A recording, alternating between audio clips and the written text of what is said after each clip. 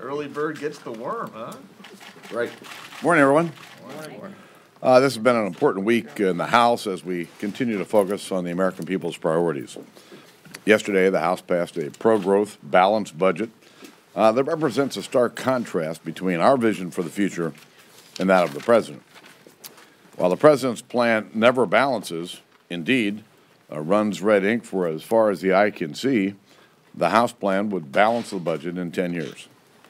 While the president's plan would raise taxes by more than $2 trillion, the House plan calls for reforming the entire tax code for families and small businesses to make it simpler and fair.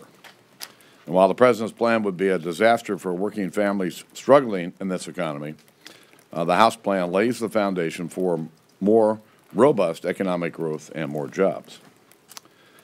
Today, the House will pass legislation that will make real progress in strengthening Medicare. This is a bill that will provide better health care for seniors and real savings for taxpayers. The bill will permanently replace the so-called doc fix, the budget gimmick, with a system that's more stable, that rewards quality and innovation in the delivery of our health care. It will help ensure that seniors have access to their doctor and put in place a stronger Medicare program to aid every American who are trying to care for their elderly parents. We're also putting in place two structural reforms that will strengthen Medicare and put the program on a more sound financial footing. Over the long term, the next 20, 30, 40 years, the bill will produce hundreds and hundreds of billions of dollars of durable savings for taxpayers. CBO confirmed it will result in a net deficit reduction for the taxpayers by the end of the second decade, and far more after that. CBO also confirmed that the savings from the structural Medicare reforms would increase rapidly in the second decade. This will be the first real entitlement reform that we've seen in nearly 2 decades, and that's a big win for the American people. It was a true bipartisan agreement. I'm going to thank Leader Pelosi and Democrat Whip Hoyer for their efforts in helping to put this together. I was pleased to hear the President would sign the bill, and I would urge the Senate to pass it expeditiously.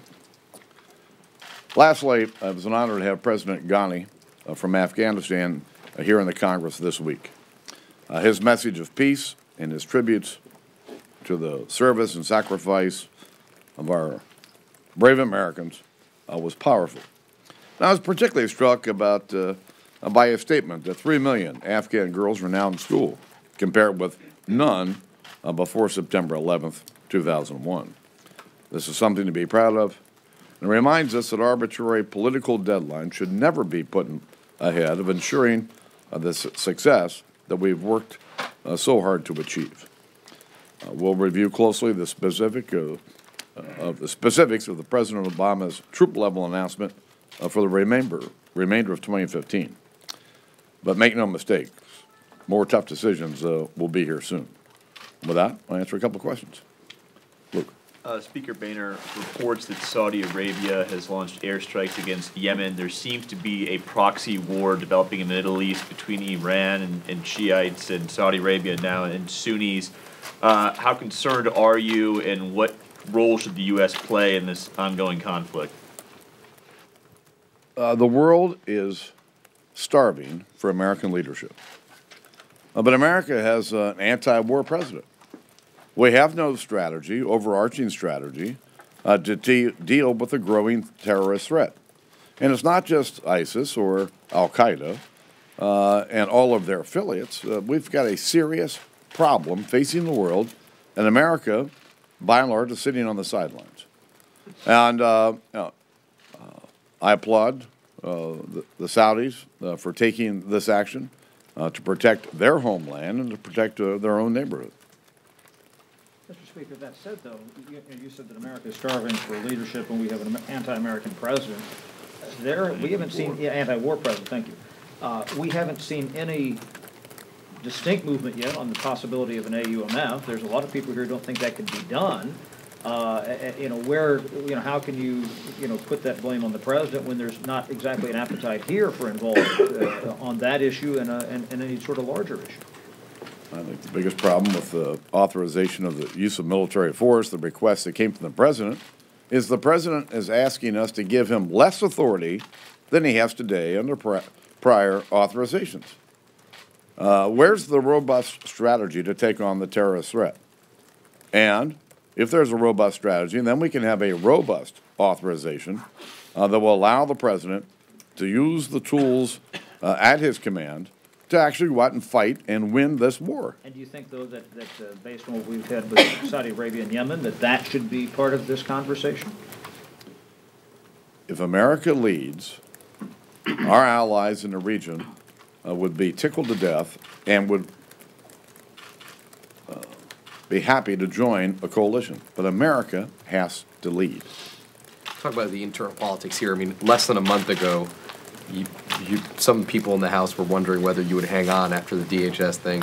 Now you're leaving here, passing a budget and a pretty large bipartisan SGR bill with a pretty healthy vote total, probably. What do you make of that kind of swing in fortunes, if you will? Welcome to the legislative process. You know, I have a pretty sunny personality. You know, I was born with a glass half full. You know, thank God I'm an optimist. If you're not an optimist, you couldn't do this job.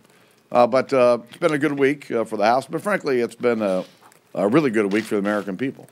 And they're the winners in this. The Committee for Responsible Whoa, Federal... whoa.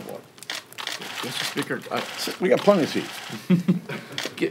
given the uncertainty that the Senate would take up the SGR bill this week, mainly because of time constraints, it seems, are you going to reconsider your decision not to offer a short-term patch to tide the doctors over till you all get back? All I know is that the House is going to have a very large vote today to pass this bill that will strengthen Medicare, and I would expect the Senate would probably take it up sooner rather than later. Mr. Speaker, what do you think of the fact that, unlike his Democratic colleagues in the House, the leadership in the Senate has not embraced this bill? I have no idea. But I expect that if the Senate does take it up, there'll be a large vote over there as well. Thank you, Mr. Speaker. On that note of having passed the budget this week, on the about to pass this big doc fix, is this a sort of start of a new day for this new Congress, or do you still see tough sledding ahead on, the Ex-Im Bank, the transportation bill, these other big ticket items that are we've got a lot of tough issues to deal with here in the Congress. We didn't get elected just to come here and sit on our rear ends. We've got work to do, and work to do on behalf of the American people. And so as we get into these other challenges that are facing us in the coming months, we're going to try to work together with my colleagues, Democrats if they're willing, to do the right thing for the American people. It's that's the way the legislative process is supposed to work. Related question. Mr. Speaker. Yes, sir. Thank you. Now that the Republicans have been in charge of both houses of Congress for a while now, do you find scheduling and do you find progress easier, more effective, and what's next? Well, I think that the Senate is doing their work. We're doing ours. As long as we stay focused on the American people's priorities, we're going to do just fine. In spite of the fact you're not sitting down, I'll call The on TV you anyway. people will yell at me. So. No, we won't. The Committee for Responsible Federal Budget says that undermining the spending cap and adding an unpaid-for SGR makes them doubt whether you guys will follow through on your budget and actually is sort of a net loser in terms of deficit reduction aspects. I would remind you that because of our efforts going back to 2011, we've cut the deficit in half, and then some. And frankly, our record on fiscal responsibility, I think, is rock solid.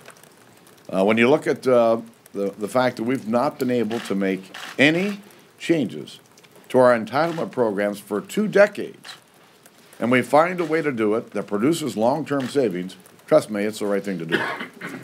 Mr. Speaker, some other issues ahead where you might go to Leader Pelosi first, as you did with the doc fix, to solve one of these big problems out there that needs a bipartisan solution. Can you point to other areas where you might do that? When I see one, I'll let you know. Where are you watching the Xavier game? Are you on the Final Four? Yeah. Happy Easter.